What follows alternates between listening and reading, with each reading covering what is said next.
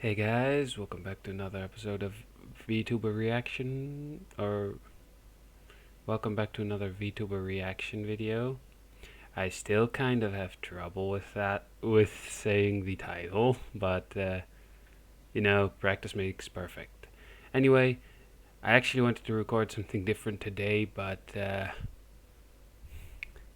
one of my dogs unfortunately got sick and has to go to the can, or has to go for a walk every 5 minutes, which does not leave a lot of time for recording. Anyway, today we'll be reacting to 10 things only RPG gamers will understand. Why? Because I couldn't think of anything else at the moment. And also, you guys can leave suggestions in the comments below if you want to, or if you want me to simply react to a specific video. Anyway, let's press play and see what's gonna happen, shall we?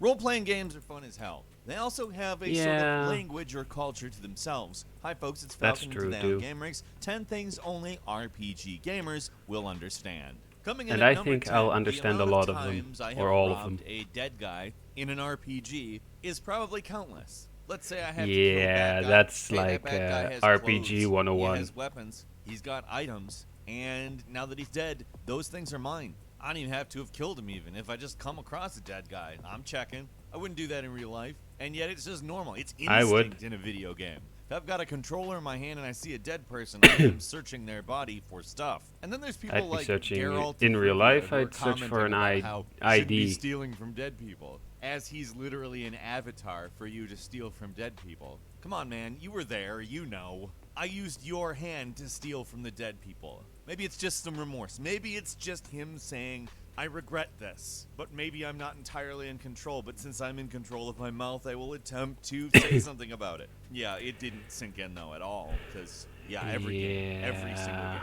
If it's an option, Every single game people Coming in at will number 9, steal from the when dead. you do some annoying, boring, nothing thing, and get some item that you can't continue the game without from the person you did the menial, boring thing for. Oh, thanks so much for retrieving my valuable pot from down the river where I accidentally dropped it and the current took it away. It was probably interesting when you got halfway to the item and realized you couldn't continue on foot, needed to fashion a raft and go down the stream that way.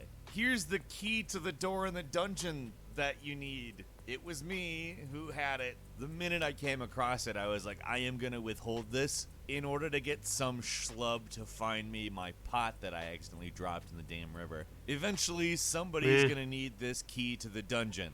Right? Right? I'm sure of it. This is a rational point of view for someone to have. Sir, this is called hoarding. You just keeping items around, quote-unquote, just in case. Yeah, in Skyrim I keep healthy. around a lot of skooma for you don't reasons. Need that key. Someone else does. Not for Number personal 8, use, speaking but of hoarding, when there is absolutely other no things. situation that can get you to possibly use the healing potions that you are gradually building up a very large supply of. You start with low-level enemies, just collecting them, realizing, actually, no, you know what, I'm fine. I'm not gonna need these. I'll find an inn or something later, and I'll refill my energy. I'll be careful, I'll be smart, it'll be fine. Then you get a little further in, and you got party members dropping, but you're still just acting super careful. I'm gonna need these for later. You beat the boss with like 1/8% of a hit point, because you got down there and you're like, alright, doesn't matter how long this is going to take, I'm buckling down, I'm doing this the careful way. I gotta save my potions. Okay, I have no idea what's going on there. And it's just the easiest thing you've ever done. You're not careful, you just attack like it's nothing. You're not even thinking about if you're getting hit. If you're getting hit, whatever. You get down to 75% and you're like, I'm gonna use the potions. This is the final boss. This is what I saved him for. And it doesn't even take 1/3 of your potions to beat the boss. You've got too many. And then the guy who is hoarding the key in the last point is like, see, you never know when you're gonna need it. Coming in at number 7, when you start the game as a bad guy, but you change halfway through to a good guy. Yeah, Whether that's that never means gonna the happen in my story book. trope of the I'm starting just off gonna on the turn street as evil like a hoodlum into of some even kind, more and becoming the into petty even a crook bigger that evil, saved the and world. Or good in guy an open into an world evil RPG where guy. there's a lot of player choice and you're just like, actually I'm gonna be a dick to everybody in this game, and then halfway through you're like, I've been a dick to enough people. Like in Mass Effect, when you're just a dick from like the get-go, it's so hard to stay a dick because everybody is just like openly pretty shamey at you, and you're just kind of like, well, this isn't why I'm playing Mass Effect. And then people think that because it works in Mass Seriously Effect, it works though, in I real would life, I and would half be of a everybody's dick. arguments involve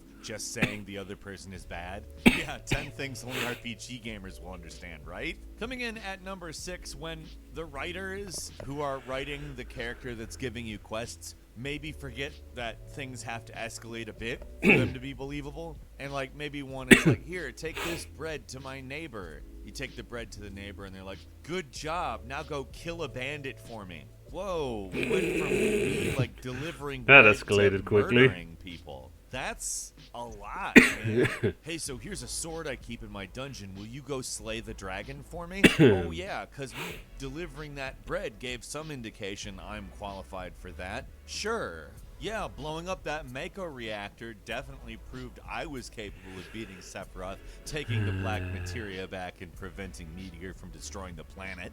Okay, that last one is a little hyper-specific, and the first event was maybe a little more extreme than delivering some bread, but whatever.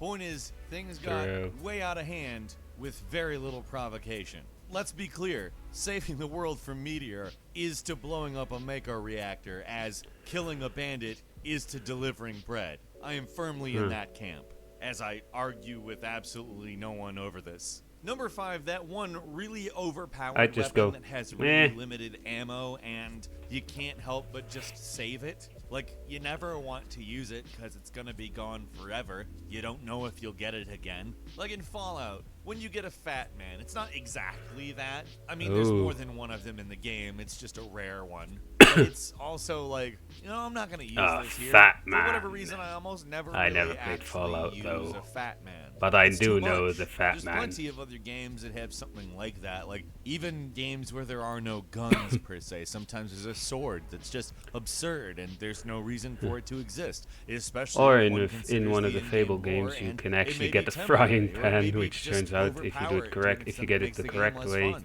Coming in at number it's 4, pretty realizing the overpowered. hardest part of any game that allows you to do it is character creation. This is actually a reason why I tend to not really try hard in character creators, because I don't want to get stuck there. I don't really want to prioritize the appearance of my character over Well, you playing the haven't game. met me. And I with how spend much you can hours in actually character do in a creation, character creator, getting it especially just nowadays, right. It's very easy to get sucked in. In fact, Why it took it's so long to easy get actually sucked make in that this you make it an hour avatar. into the game and realize, oh, I don't like this thing. And that I did still with the changed a character. I need couple to of restart the game and do things it differently. afterwards. I don't like my character's shoulders. They're not how I would want them, ideally. Better do another hour of adjusting the proportions of a virtual person. Can't get that time back, and yet here I am. And I just can't get the colors to look right. The clothes I picked are so cool, but the colors don't work.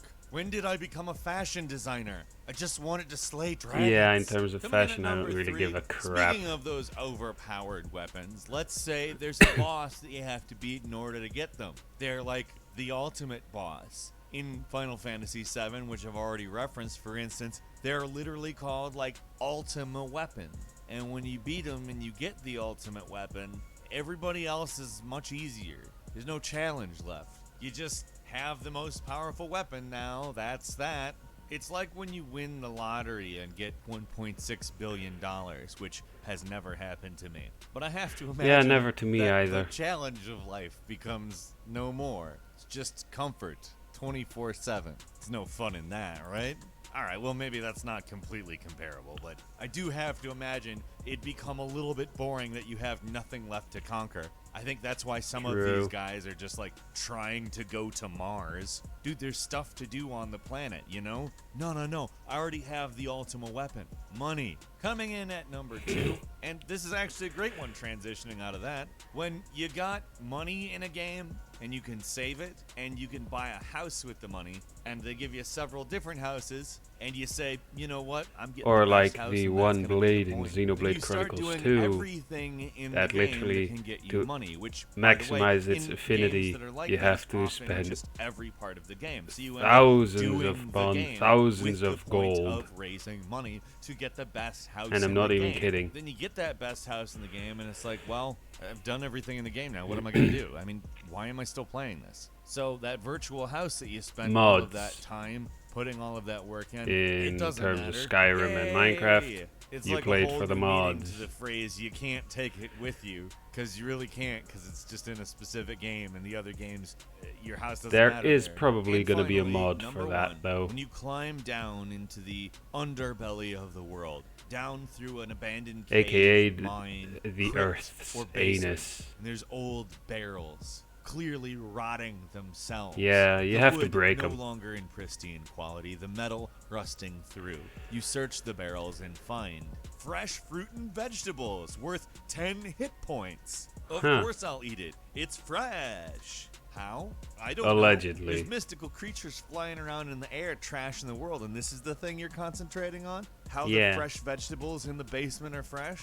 Sure, yeah, that's the weirdest thing. No, but it actually is really weird. It seems like something somebody on the game design side would have thought of and been like, maybe let's put something with some preservatives in that barrel, like some salted rabbit meat, perhaps. And a quick bonus point for you, when you're walking around a town and looking at the citizens as Don't they go kick about the their chickens. day, and you see a dog and you think, I'd love to go up to the dog. It's a dog, of course. And when you go up to the dog and press talk or action or whatever, the dog just has like a speech bubble that says woof or bark. That happens in so many Bark, of these games. bark. And it's like, why don't you just let me pet the dog?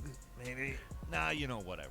I should expect it at this point. I should have known. Did this list jog Yeah. your memory of anything you know people who don't play RPGs will never understand? Or did you just happen Yeah. to really like, yes, this one very much for me? Actually completing that affinity chart from that one blade in Xenoverse. I mean in Xenoblade Chronicles.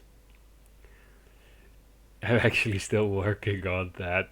For some reason I just want to maximize the affinity with that one. And also if you actually have her as your main blade, she actually floats around after you in a bathtub. For various reasons which I don't even understand myself. Anyway, that's it for the video. I hope you enjoyed it. And I'll see you guys in the next video of whatever I'll be making. So yeah. Bye.